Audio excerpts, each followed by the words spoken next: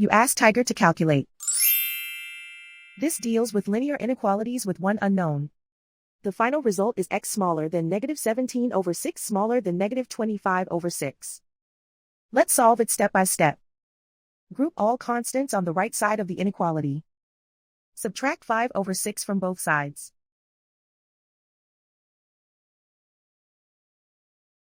Combine the fractions.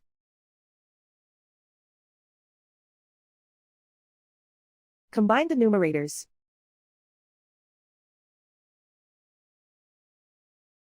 Reduce the zero numerator.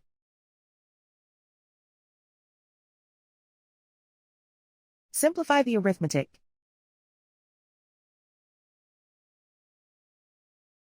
Convert the integer into a fraction.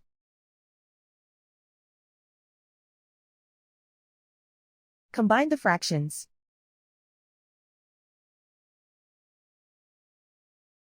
Combine the numerators.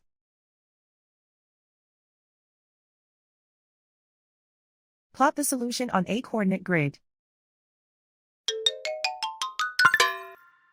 And so the final result is x smaller than -17/6 smaller than -25/6.